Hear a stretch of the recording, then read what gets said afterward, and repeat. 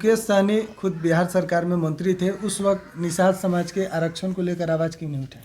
देखिए, मुकेश सहनी जी को जो मंत्रालय मिला था बिहार में, अपना मत्स्य मंत्री थे, तो मैं बताना चाहूँगा कि मैक्सिमम वो 1.5 साल रहे।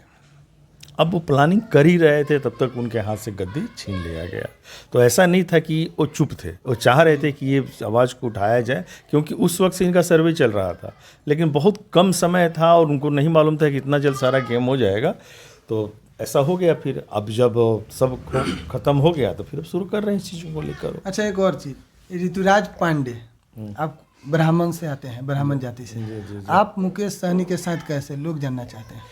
देखिए, मैं ज़मीन से जुड़ा हुआ आदमी हूँ। मैं ऋतुराज पांडे मेहनती आदमी, स्ट्रगल करता हूँ लाइफ में, सिर्फ और सिर्फ विश्वास करता हूँ मेहनत के ऊपर।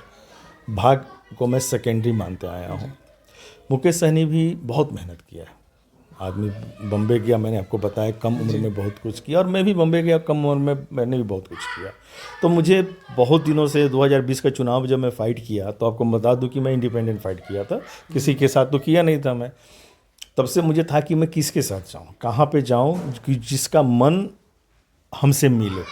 देखिए कि विचार जब तक नहीं मिलता है, तब तक आप किसी भी पार्टी के साथ और किसी भी समाज के साथ आप भलाई का काम नहीं कर सकते हैं। तो विचार का मिलना ज़रूरी है।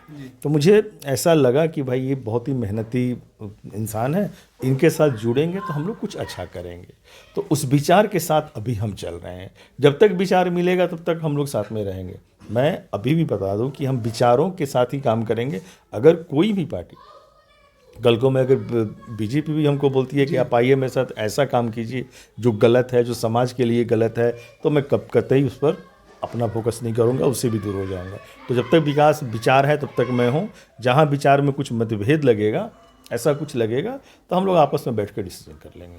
अच्छा, एक और सवाल, मुकेश सहनी को लेकर अब ज़्यादातर लोगों के मन में ये है कि मुकेश सहनी अभी तक कुछ क्लियर नहीं किए हैं, किसके साथ जा रहे हैं 2024 के चुनाव में, गठबंधन करें इस पर। देखिए, उन्होंने तो अपना एक टारगेट फोकस रख लिया है कि भाई बिहार का निषाद को आरक्षण देना, बिहार में आरक्षण देना उनका फोकस है। और हम भी यही चाह रहे हैं कि अभी आपको मैंने बोला कि एक समाज आगे बढ़ेगा तो सबका विकास होगा।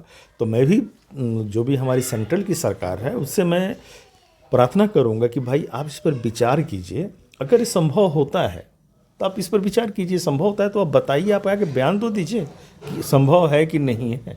ये तो अपना मेहनत कर रहे हैं भाई। हम जनता का और नेताओं का काम क्या होता है? हक के लिए लड़ना, हमेशा लड़ते रहना। और जो सरकार में बैठा है उसका काम क्या होता है? आकर उसको जवाब देना, बताना।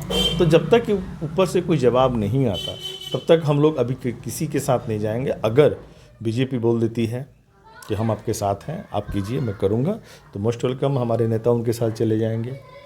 और बाकी तो अभी तो सरकार में वही है, तो उन्हीं से हम मांग कर सकते हैं सेंट्रल में, क्योंकि तो स्टेट का तो सवाल ही